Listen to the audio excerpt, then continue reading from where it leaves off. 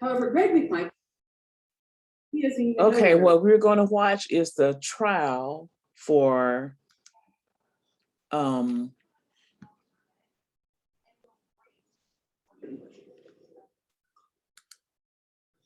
had never been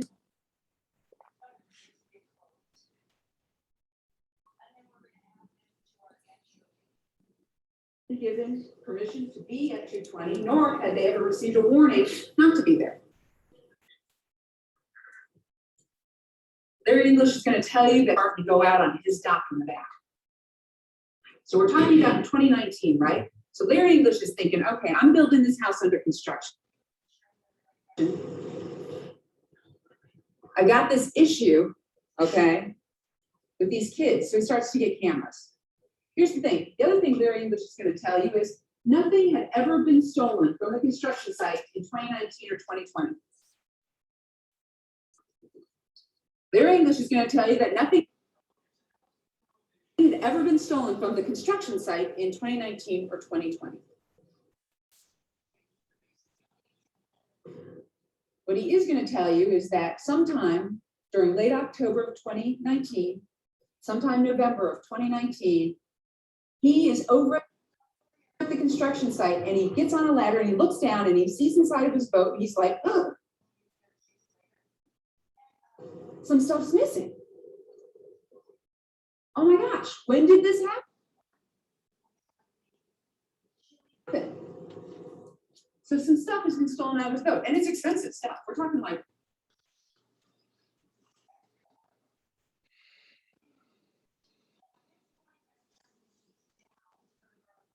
$2,500 worth of stuff that's stolen out of his boat. He's upset. But here's the problem. This boat had been back and forth to Douglas because Larry English lives 2 hours away from Satilla Shores. Larry English lives 2 hours away. So one of the reasons he went and got these cameras was he wanted to be able to see what was going on if the kids were on the dock. And these cameras would do motion activated. And they'd come up and they'd do a little 10-second, 30-second video of what the person was doing on his phone 2 hours away. So then, 2 hours away, he'd have to call 911 if someone was on that video. But here's the thing. He's going back and forth to Douglas with this boat. So he doesn't call the police to report this because he doesn't know when his items were stolen. He doesn't know where his items were stolen. Were they stolen when it was in Douglas? Was it stolen when it was at 220 Satilla Drive? And he doesn't know who took it. And here's the thing. He goes through a list of suspects in his head. He's thinking it's his contractors. You know, the NC guys were probably doing this parking lot. So he's got all these different theories. He has no idea who actually did steal his stuff out of his boat. And he only discovered it in the early part of November of 2019. So October of 2019 comes. He's got these concerns about liability. He's concerned about the kids on the dock. And he installs cameras in the dock area. He does. And what happens? He gets a looky-loo. On October 25th, 2019 at 10:04 in the evening, Mr. Arbery is seen on the dock video. You're going to get to see it. Okay? He's on the dock. He's wandering around. He does not take anything. Doesn't steal anything. He's wandering around this dock, looking around. And Larry English calls 911 to report it. The thing is, Mr. Arbery leaves by the time 911 shows up. He's gone because he only spends a few minutes looking around, wandering around, and then he leaves.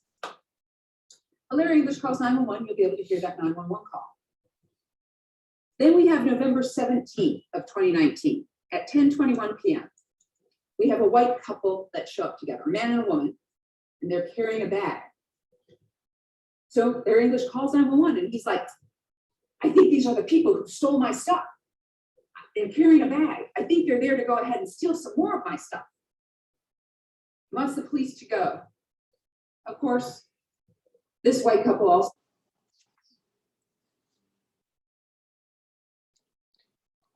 also leaves before the police arrive.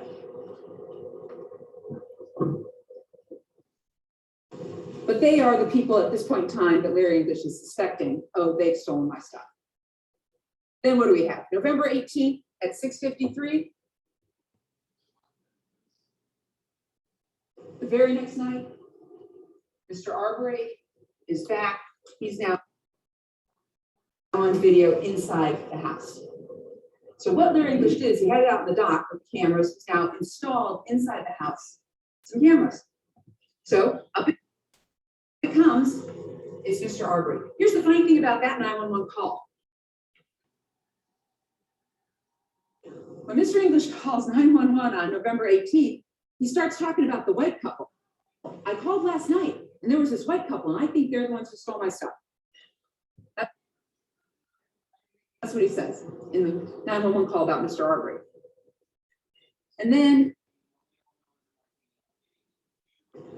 we have Larry English calling 911 on December 1st of 2019. He's calling because word on the street, or the rumor mill, or hearsay, however you want to say it, he gets information that the white couple is now living under the Fancy Bluff Bridge. Okay, so remember that big overview? You saw 17? The Fancy Bluff Bridge is just right there as you headed towards Brunswick. So he wants the police to go out there and check out whether that white couple is still living homeless underneath the Fancy Bluff Bridge, because he's gotten some word on the street rumor to that effect. But he calls 911 to have the police go check it out. Then we have December 17th of 2019. By this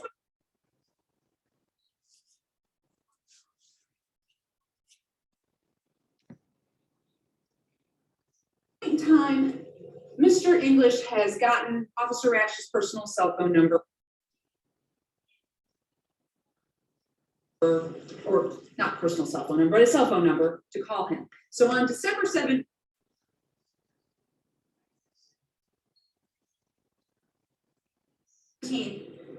his camera phone thing goes off. Oh, somebody's over there.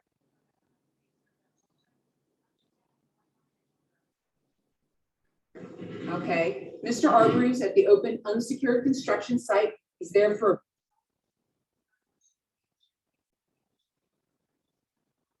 a few minutes, and the actual time when he got there is unknown because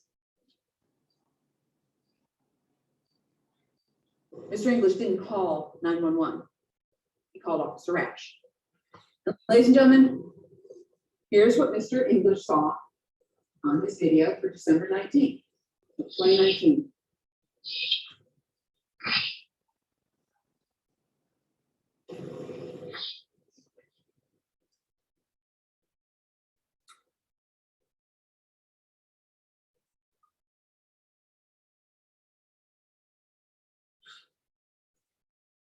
That's it. That's Mr. Arbery wandering around inside.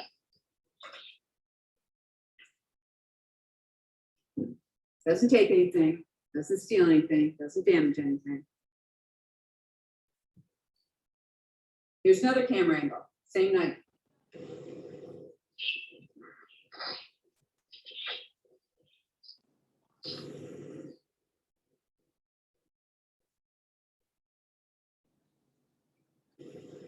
Doesn't take anything, doesn't steal anything.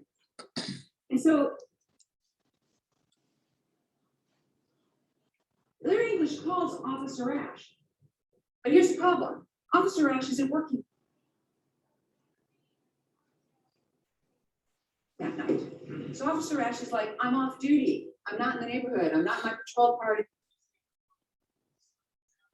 to come and respond. So he basically says to him, listen, call 911. Call the police. And at that point, before Larry English can do that, this is what happens.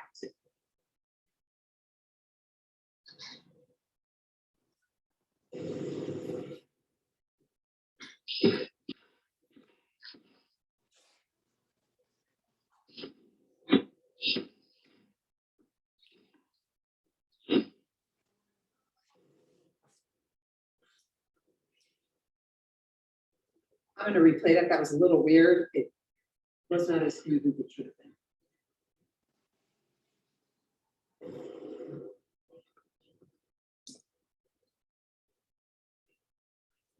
And there's Mr. Arbery jogging off. Now, it's a little hard to see here. I want to point this out is what's up at the top of the screen. This is the view out the front. So Ronnie Olson's house is over here. Where these mailboxes are, that's the street down Jones. And once again, these lights are Subi Lawrence's house. So you saw that Mr. Arbery ran off on his jog towards Subi Lawrence's house and then into the neighborhood. Okay, so into the neighborhood. In other words, down towards the McMichael's house.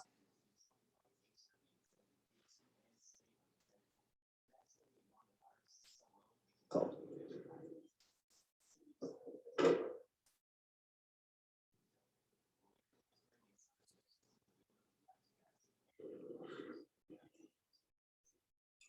What happens next is this. On January 1st of 2020, right, sunshiny, cold day, 10:30 a.m., 54 days prior to the homicide, Travis McMichael's handgun is stolen out of his unlocked pickup truck in front of 230 Satilla Drive. Greg McMichael went and moved it. He left it unlocked, and somebody came along. It's unsolved. And there's absolutely no evidence that Mr. Arbery is the one who went and stole Travis McMichael's handgun in broad daylight.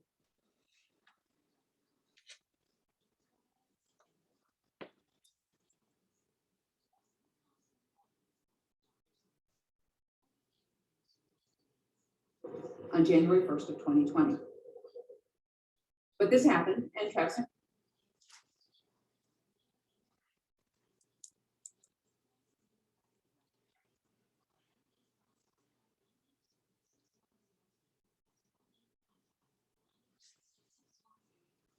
Michael called up.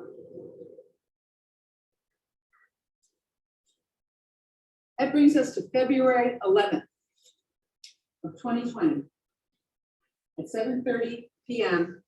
This is 12 days before the murder.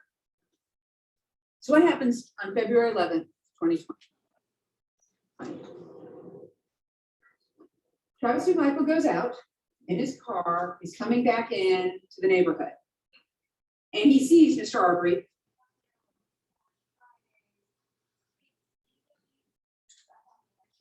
at the location. Why does he recognize him? Because guess what Larry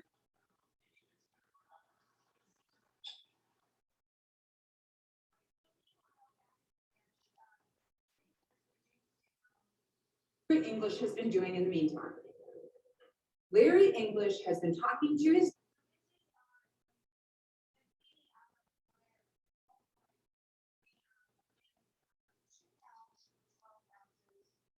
neighbor, Diego Perez. Remember how we talked about 220, 222, 224. At 224 is a man named Diego Perez and his wife, Brooke Perez, and their kids. They all live there. And Larry English has been sharing these videos that you're going to see, that I just showed you, with Diego Perez. And Diego Perez has been going around sharing them with other neighbors because they're trying to identify who this guy is so somebody can tell him, please stop coming.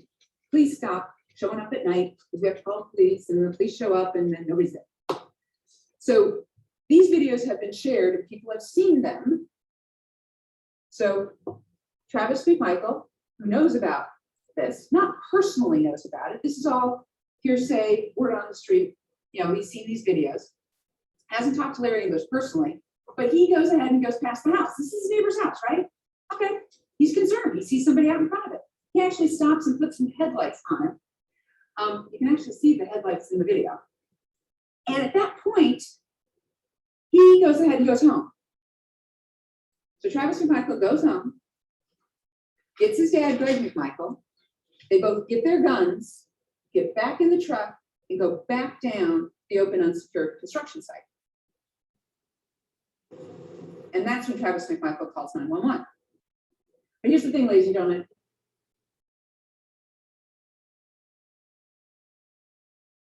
In this case, nobody has ESP, nobody can read minds, nobody can tell what's happening. Okay, grand rising.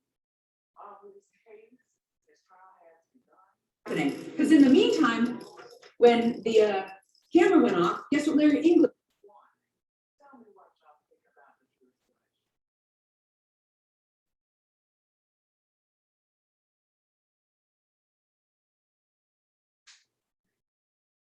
truth. Did. He didn't call the police. Larry English called Diego Perez. Okay. So what we've got is we've got Travis going down to his house. They're getting their stuff, getting their guns, coming back, calling 911. In the meantime, Diego Perez is coming out. Okay, because he's been called by Larry English. And then the police show up. So you got all these people out in this neighborhood, and don't get me wrong, property crimes, people are concerned. Nobody likes to live in a neighborhood where there are property crimes, right? People are very concerned about property crimes. But this is basically what happens is Officer Rash shows up with two other officers. You got all the neighbors out there.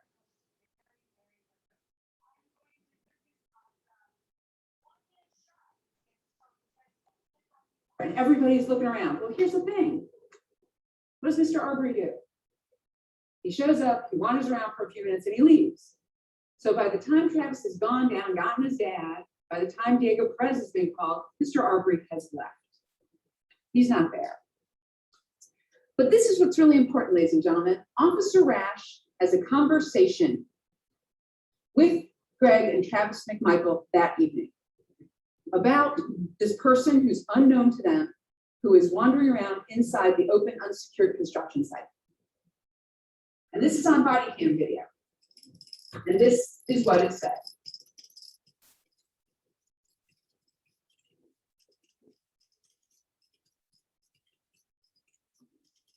Got a dog I'm trying to slack right there. Matter of fact, don't forget.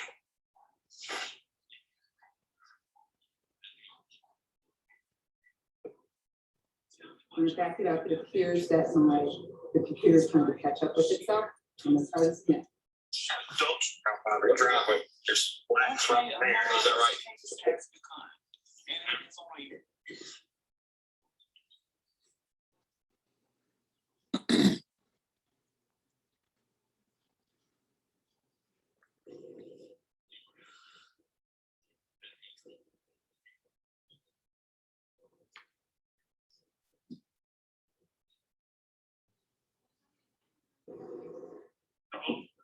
Driveway. There's blacks right there.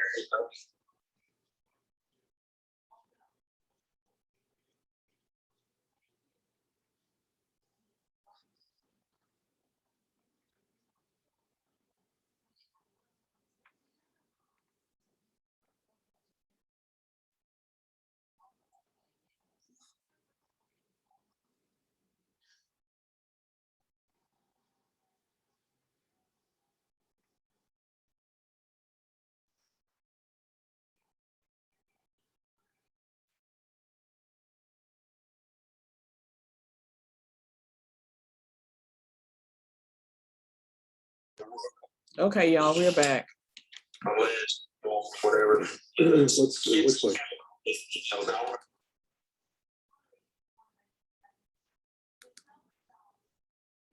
We're back. His boyfriend only had dollars. Let's just stop it for a second. But like,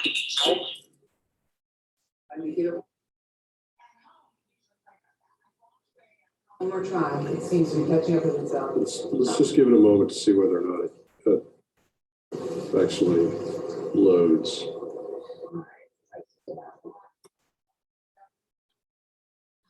I think it's a video that's embedded in the PowerPoint. It is embedded in the PowerPoint just to show the one click.